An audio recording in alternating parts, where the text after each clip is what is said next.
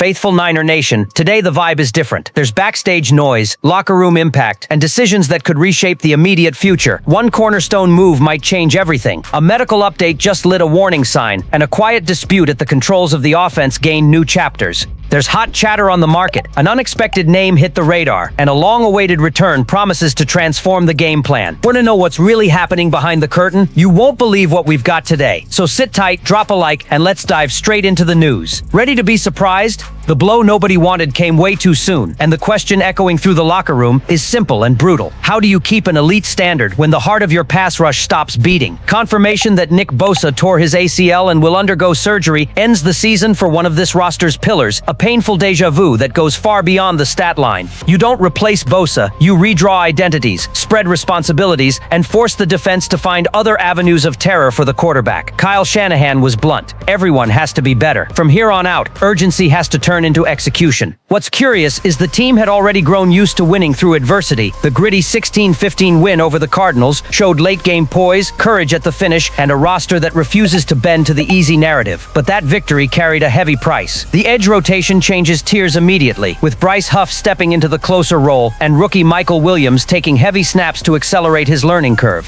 Huff was already delivering impact with consistent one-on-one wins. Williams, meanwhile, flashes a ceiling that hints at much more than just holding the fort. The internal message is clear: disciplined aggression, tighter angles to the pocket, and pressure variety to offset the absence of number 97. Off the field, John Lynch's whiteboard heats up. The season waits for no one, and the trade market has already circled a prime target: Jalen Phillips of the Dolphins. He hasn't been the most dominant name these last few months, but the track record says that when healthy, he produces like a first-rounder, and a change of scenery can unlock the version that scares protection schemes. With Miami wobbling, there's real talk that a deal could materialize for the right price for an explosive edge still on a rookie contract. He'd be the perfect contingency anchor to power through 2025 and fortify the future next to Bosa. The fan base is already boiling. Is it worth sending a mid-round pick now to keep the Super Bowl window wide open? Or is it time to bet on internal development and save draft capital? The debate is on, and that friction is exactly what keeps a contender alive. There are financial side effects too. With Bosa's surgery triggering insurance clauses, there's projected cap relief in 2026, a bookkeeping breather that won't console anybody today, but could let the front office retain support pieces and keep the competitive spine intact. It's the harsh math for any team that intends to fight every January, balance the present and the future while holding back the tide. On the field, though, the solution has to start Sunday, which means multiplying pressure by committee, using Yetter Gross Matos in specific packages, and leaning on stunts so Huff and Williams can attack from clean angles. The good news, this locker room already proved it can win tight. The bad, the margin for error just shrank. And that wasn't even the most surprising part of the day. The wound was still fresh, but fate decided to poke it again. After a win over the Seahawks that seemed to restore confidence, the price was far too steep. George Kittle suffered a hamstring strain and landed on injured reserve, while Brock Purdy took hits to his shoulder and foot. The immediate impact is already harsh, but what truly scares is the uncertainty, the feeling that the season might become hostage to weekly medical reports. Ian Rappaport dropped the bomb. The quarterback is dealing with a turf toe variant, a sneaky injury that can limit burst, balance, and even throwing mechanics. The most optimistic fans might point out that Purdy finished the game, showed toughness, and stayed calm under pressure. But playing through a battered body takes its toll sooner or later, and the image of number bucks. The one liking the arms a hidrolathing what quarterball the no attack. Reward a trade in a biargo face could be kadua cannot be scopic hide for most of me gaff much of thou pill fats. For when the lupacadatum tybo takes its toll sooner or later, and the image of number Reedfin's toll endurance is Ben Oristein's trucks. 13 limping out of the locker room spread on social media like a flashing red light. The drama gets bigger when you remember. This offense was designed around his quick reads, precision, and rhythm with Kittle. Without his trusted tight end and with the QB limited, Shanahan is forced to rewrite the script at record speed.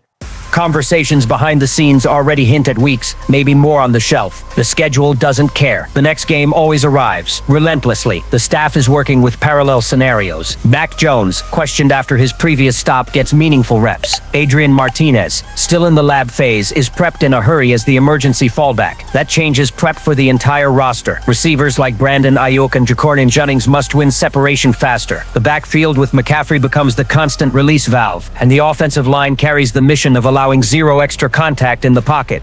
The psychological impact can't be ignored either. Until the injury, Purdy was the definitive answer to those who doubted his meteoric rise. Now each week away fuels the critics who say any average quarterback can thrive in Shanahan's system. Pressure rises even with him off the field. And when he's back, the burden doubles, prove he's still the man, the engine of a machine that can't stall.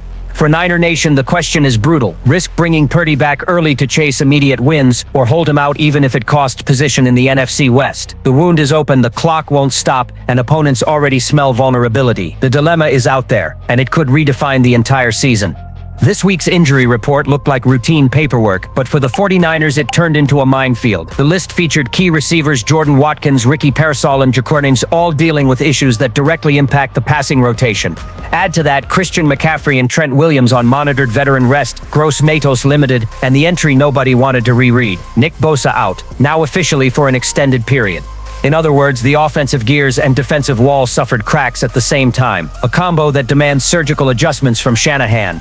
What intrigues most is the coach's posture. Kyle kept things close to the vest in interviews, dropping short, almost automatic lines. Not sure which play it happened on. Hopefully he improves during the week. Behind the calm sits a delicate scenario. Pearsall admitted he could play if the game were today, but anyone who's followed knee issues knows pain can be deceptive, and rushing back early can cost more later. Jennings remains in wait and see.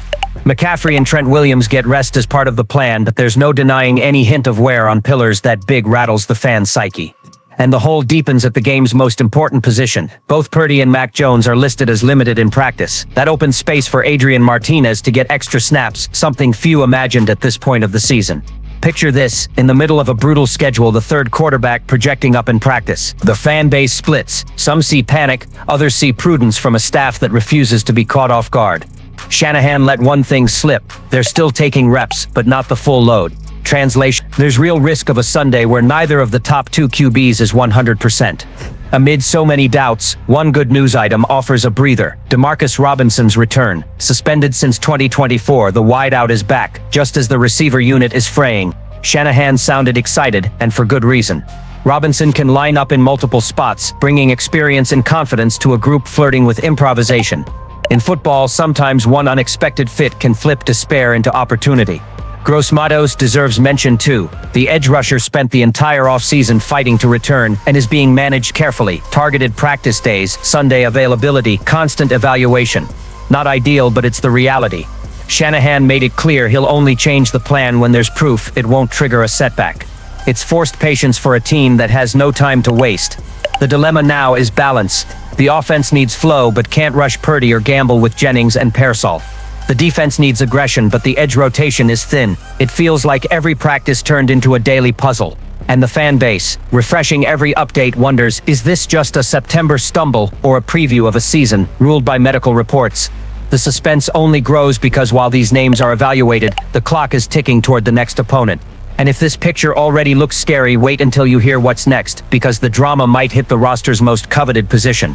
The debate that once felt impossible took shape in just 2 weeks. With Brock Purdy sidelined by foot and shoulder injuries, Mac Jones took the helm. What was supposed to be emergency insurance turned into fuel for fiery arguments among fans and media. Can any quarterback thrive in Kyle Shanahan's system? Jones's numbers pour gas on the fire. Over 66% completions, 4 touchdowns, just 1 pick, and 2 gritty wins over the Saints and Cardinals. The game-winning drive against Arizona was textbook, near perfect. Context matters, of course. Shanahan builds an offense where fast reads and precision are mandatory. That paired with an arsenal that even shorthanded still includes McCaffrey, Ayuk soon, and Robinson back in the mix, creates conditions for average quarterbacks to produce stretches of good football. But Jones didn't just survive, he showed leadership, poise, and accuracy. Many thought were buried since his New England days. For the fan base, every one of his snaps is a reminder that life without Purdy isn't necessarily a desert. Then comes the weight of the contract. Purdy signed a $65 million extension, a figure that automatically puts him under a different glare. There's no room for average when your paycheck screams elite. Every decent Jones outing, however modest, ratchets up the pressure on the starter. It's no surprise some TV talking heads have already tossed out hot takes. If the offense hums with anyone, why pay so much to keep Purdy? It sounds unfair after all. Purdy carried this team to heights few imagined, but in the NFL, narrative often outweighs reason. Internally, the staff repeats the message. There's no controversy. Purdy is the unquestioned starter. Jones is the prepared backup. In practice, though, the locker room senses the dynamics. Players respect whoever puts the team in position to win. And that final drive against Arizona echoed loudly. Shanahan knows that at the first stumble from Purdy upon returning, the scrutiny will multiply. And it won't just be from the media. Part of the fan base is already comfortable with the idea that Plan B works. The return of offensive pieces helps rebalance the board. George Kittle could be back by week 6. Brandon Ayuk is on the recovery path, and Robinson is cleared. If Purdy returns into that setup, he'll have plenty of weapons to answer on the field. The problem? With Jones establishing a competitive baseline, Purdy won't have much margin for a clunker. The bar rose, and he has to meet it. The irony is the 49ers never wanted a quarterback controversy. Sometimes in the NFL, it sprouts on its own. If Purdy returns and reasserts himself, the talk dies quickly. If there's a bad first game, though, the pressure can turn into a storm. What looked like a solid, settled team suddenly faces the sport's most explosive narrative. Who should run the offense? Like it or not, Purdy will have to prove it all over again. And just when you think we've handled enough drama, the question nobody wanted to float lands on the table. Is this roster emotionally prepared to weather a swirl of debates, injuries, and pressure all at once? Breathe, faithful Niner Nation. Between the shock of losing Bosa, the anxiety around Purdy, the injury marathon, and the spark lit by narrow wins, this roster stands at one of those crossroads that define entire seasons. The answer lives in the details: pressure by committee, error-free execution, and a smart offense. While the stars return, the window is still open, but it demands absolute focus. Now I want to hear from you. Make a move for an edge rusher now, or bet on internal growth. Should Purdy return as soon as possible or rest until he's truly 100%? Drop your take, smash the like, and share it with the nation.